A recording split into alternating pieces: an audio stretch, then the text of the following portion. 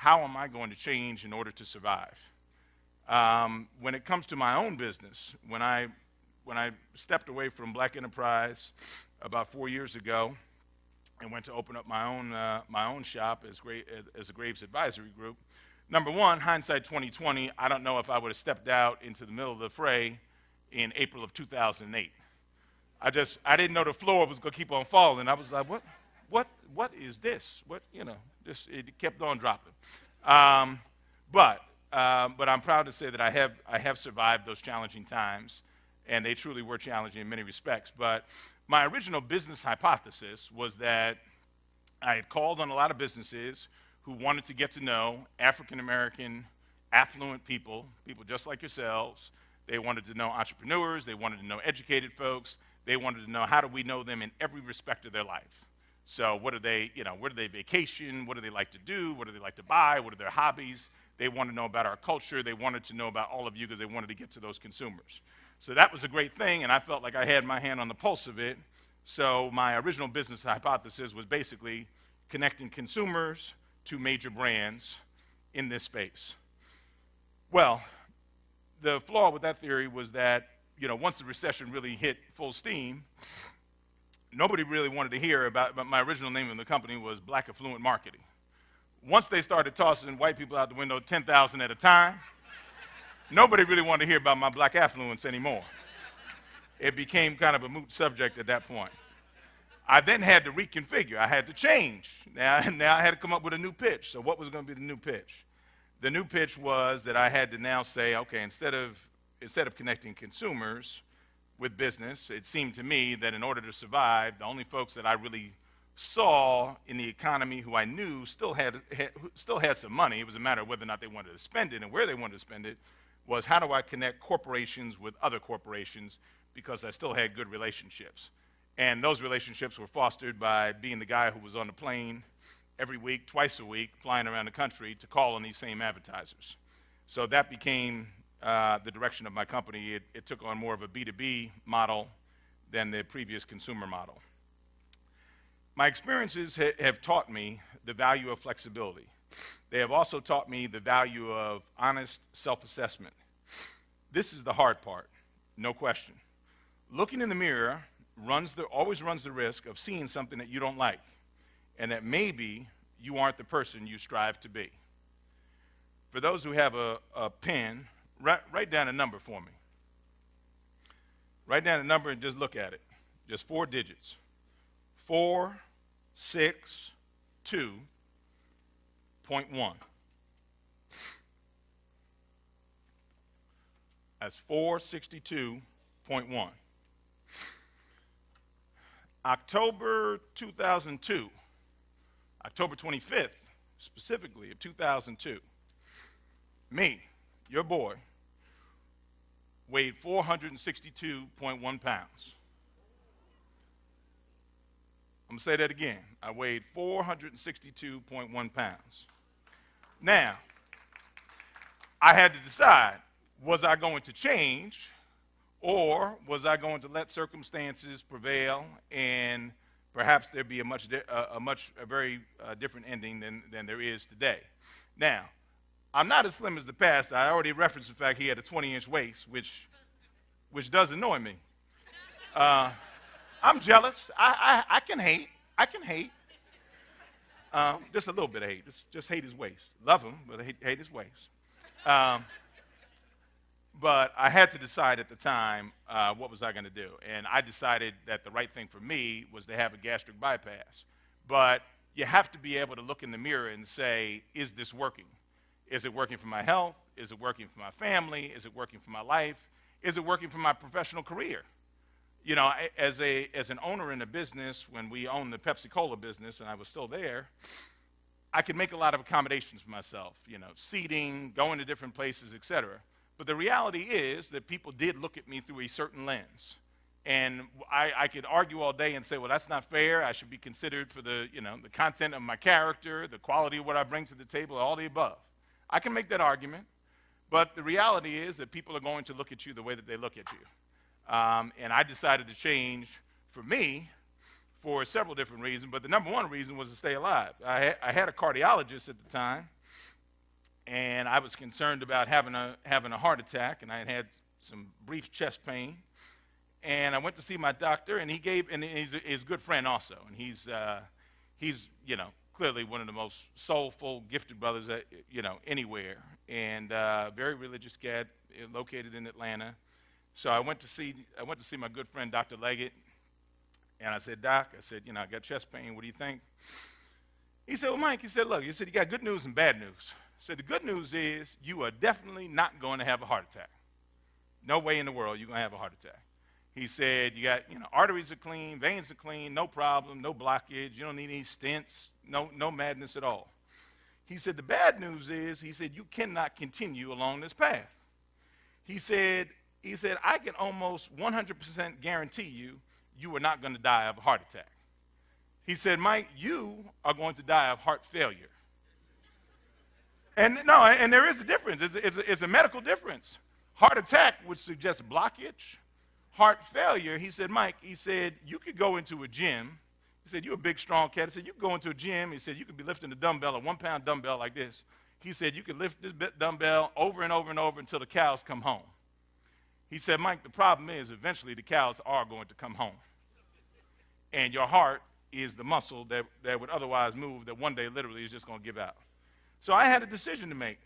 It wasn't imminent, but I had a decision to make. I decided that gastric bypass was the right thing for me in order to change. I had a lot of different thoughts about it as to what it meant to me business-wise, as to what it meant to me personally. I would say to you that for me, it was unequivocally the right thing to do. I would encourage anybody who needs to improve something in themselves for their own health. Before you even get to your business health, you got to first get your actual health together. You need to have your spiritual health together. You need to have your physical health together, your emotional health together. Get all those things in line before you even start to go out and try to figure out what you're going to do business-wise. That would be what I would encourage you to do. Now, given the success that I had, and I'm proud to have lost, at one point I lost close to 200 pounds. I put a few back on, but I'm still a couple of pounds over 300 today, which presents me with another dilemma. And I'm gonna come back to business, but as an entrepreneur, business and your health are major concerns, because if you got a business based upon you and your health isn't in order, then you got a real problem. And after that, you got to have a real good succession plan as to what's going to happen next. If you fall out, you build a model on you, and then you fall out. That's not cool. So I would say to you that looking at even where I'm at today, as proud and as happy as I am to be hovering in the 300-pound area, I would say to you that a problem that I project and see is that, how many people here know somebody who may be at or around 300 pounds? Okay. How many people know somebody who's 60 years old? Okay. Now, here's the test. Here's where the math comes. How many of you all know a black man, 300 pounds, and 60 years old? See, that's where it intersects right there. That's where the trouble is. And by the time you sprinkle on it, hypertension, some diabetes, all the other stuff that a brother's going to get at some point, it becomes a real challenge. So I need to figure out a solution and manage myself accordingly to get in a sub-300-pound area. I'm 45 now, but seeing a 60-year-old, 300-pound black man, you might as well say you saw Bigfoot. Because it really doesn't even exist for the most part. So I do have a very real issue that I carry with me I'm making somewhat light of it, but it is something real to manage. And once again, I would encourage all of you, as candidly as I talk about it, look in the mirror and ask yourself, where are you at? It's your own health. I choose to share mine with you, but just ask yourself when you look in the mirror, where are you at and what is it that you're trying to do? And how are those who depend upon you and your business going to be okay if something goes awry? It's all about self-assessment. It's all about identifying who you are, what you are good at, and where your skills can bloom. Some never discover those skills, nor how to unlock them. Excuse me. You know why? Because they play it safe. They shy away from challenges. They take a smooth path or settle for the nearest destination. The flyer for the speaking engagement that we're doing this evening may become an inspiration for me to one day write a book. I've been asked before, if I had considered it. I never really considered it, but to tell you the truth, the pastor and Miss Tondlin and their team, they did such a great job at the fly. I actually thought I wrote a book for a second. I was like, wow, well, did I write a book? I mean, it was, title was on there. It looked like a book cover. I was like, that looked kind of sharp. Maybe I should go ahead and put something in there. Well, a lot of people finding in today's economy, it's hard to play it safe even when you want to. Stability in employment or in business ownership is just not a guarantee for most of us, but there is some upside to it all. The reality is that losing a job or the business that you built from scratch can be a traumatic experience. But from these types of events, opportunities really will help you to find out who you are. So let's talk, So let's talk about starting up in this economy. Capital is scarce. Lenders aren't exactly taking chances. So where do you start? You start in the mirror once again.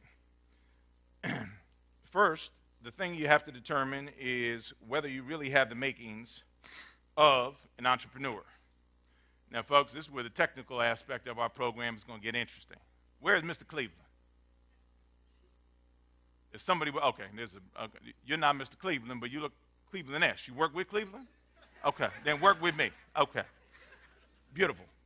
Then if we could go to slide number 1. I've got 5 questions for entrepreneurs to ask themselves. What is the motivation for doing this? Why do I want to become an entrepreneur? Did I hear about it? Did I see something that I like? Do I think it gives me financial independence? Do I not like my boss?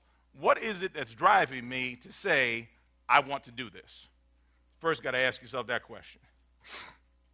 Then question number 2, ask yourself, am I personally prepared for the endeavor? Once again, mentally, physically, financially, emotionally. I would say to you, go when you're ready, but be ready when you go, because they got some stuff for you out here. Okay? This is not a game. This is serious business. Number 3, am I fully committed, and are those around me prepared as well? That's your family, your friends.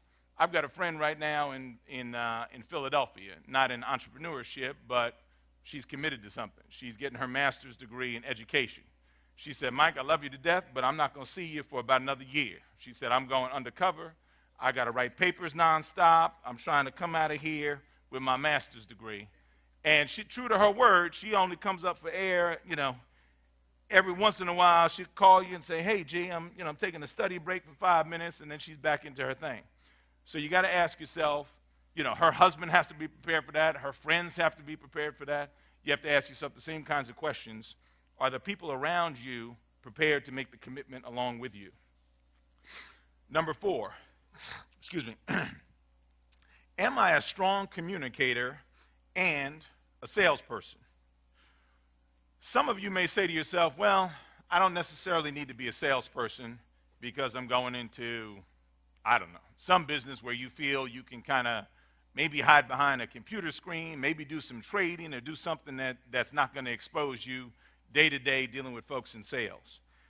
I would submit to you that I don't know how many of those positions really exist. At some point, as an entrepreneur, you're probably going to have to sell something. Sell a service, sell a product. You may get into economic trouble, a little bit of trouble. You may have to sell yourself to your landlord a little bit. Bro, I'm going to be a little bit late, but I'm going to get with you. So you might have to do that. You might have to sell to some other company that you're a vendor. You might need some extended terms. Excuse me. Selling can take on many different facets as an entrepreneur. So even if you were not the lead salesperson on your team, you are going to need to know how to sell if you are going to survive. So you got to ask yourself, are you that salesperson? If not, this may not be the game for you. This is a sales game at the end of the day. Number 5, are you fazed by failure? There's an expression they use in Vegas, scared money can't make money.